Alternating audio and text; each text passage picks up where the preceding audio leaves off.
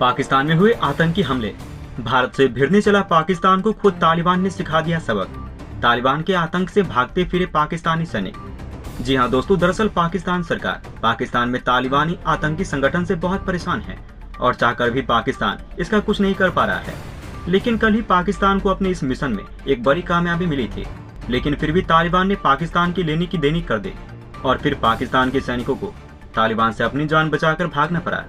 जी हां दोस्तों, पूर्वी अफगानिस्तान के पतिक्ता प्रांत में एक रहस्यमय धमाके में प्रतिबंधित तहरीके तालिबान पाकिस्तान यानी कि टीटीपी के एक शीर्ष कमांडर उमर खालिद खुरासानी और 3 अन्य प्रमुख आतंकवादियों को परसों पाकिस्तान की आर्मी ने मार गिराया था।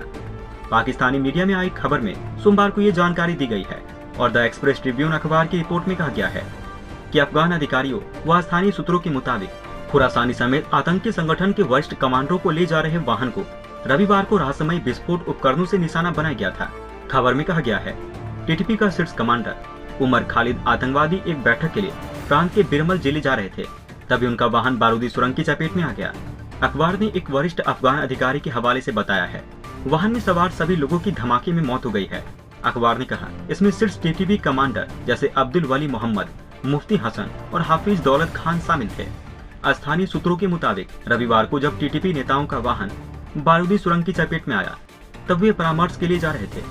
मोहम्मद कबायली जिले से आने वाली खुरासानी को टीटीपी का शीर्ष कमांडर माना जाता था।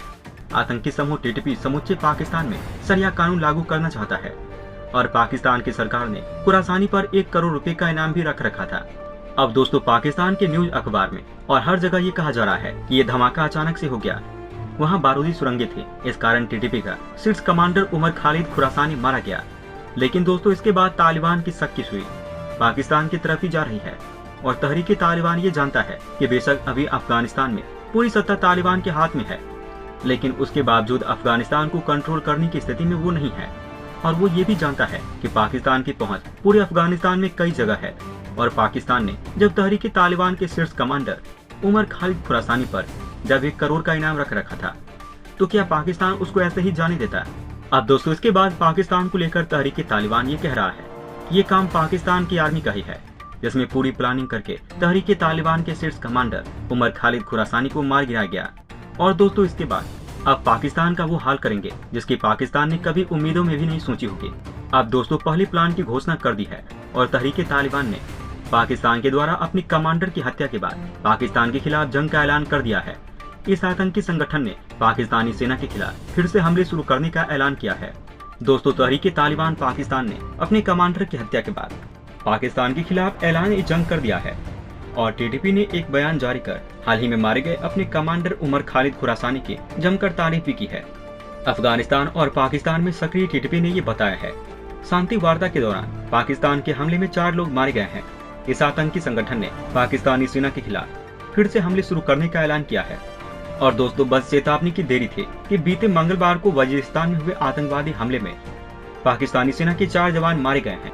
टीटीपी ने पाकिस्तान को चेतावनी देते हुए कहा, हम तथाकथित डुरांड लाइन के दोनों ओर इस्लामिक अमीरात की स्थापना करके रहेंगे।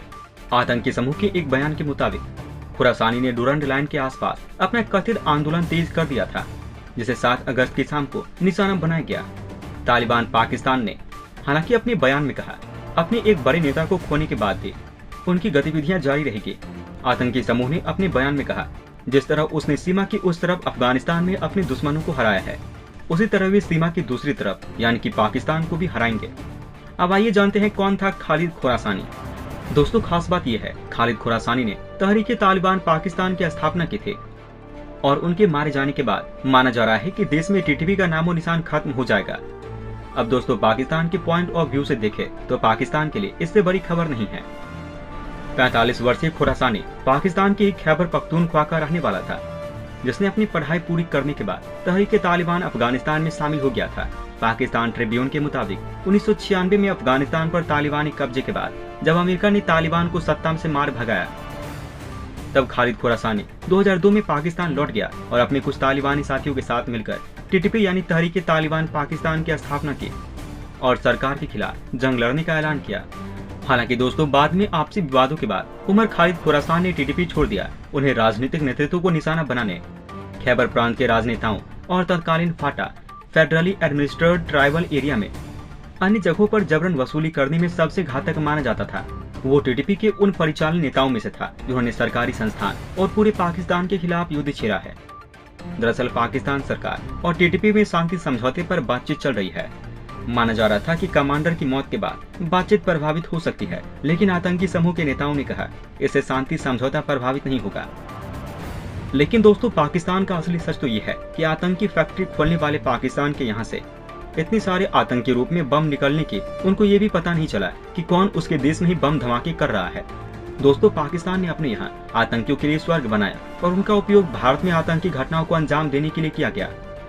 लेकिन दोस्तों, अब जो आतंकी फैक्ट्री पाकिस्तान ने खोली थी, अब वही उसको भारी पड़ रही है, क्योंकि उस फैक्ट्री में से तहरीक-ए-तालिबान का संस्थापक जिसने इसकी शुरुआत की थी, शीर्ष कमांडर उमर खालिद खुरासानी, वो वही पाकिस्तान का मूल नागरिक है। और दोस्तों, लोगों की बात तो दूर, पाकिस्तान की सरकार की खुद इनमें बात करने में फटती है। और दोस्तों, बेशक आपको लगता होगा कि पाकिस्तान में चुनी हुई सरकार है, हर प्रांत में, चाहे बलूचिस्तान हो, पंजाब हो या सिंध प्रांत हो या खैबर प्रांत हो, जगह तहरीक-ए-तालिबान की खुद ही अपनी सरकार चलती है। और आज भी कई इलाकों में तहरीक-ए-तालिबान शरिया कानून के तहत पाकिस्तान के अंदर अपनी सरकार चलाता है। और दोस्तों, पाकिस्तान की सरकार चाहकर भी कुछ नहीं कर पाती है, क्योंकि जिस आतंकी को तुमने उभारा, आज वही पाकिस्तान के सर पर चढ़कर मुत रहा है। दोस्तों, इतना ही नहीं, शहबाज शरीफ से पहले की सरकार में, यानी कि इमरान खान की सरकार में भी इमरान खान इसके आतंक से इतने परेशान हो गए थे कि उन्होंने इसके साथ समझौता करना ठीक समझा। दोस्तों, समझौते में ये लिखा था कि पाकिस्तानी सरकार तहरीक-ए-तालिबान के संगठनों के कुछ आतंकियों को रिहा करेगी और बदले में तहरीक-ए-तालिबान पाकिस्तान के सैनिकों को अपना निशाना बनाना छोड़ दिया था। दोस्तों, इस बात से आप अंदाजा लगा सकते हैं कि तहरीक-ए-तालिबान ने कैसे पाकिस्तान का जीना हराम कर दिया था।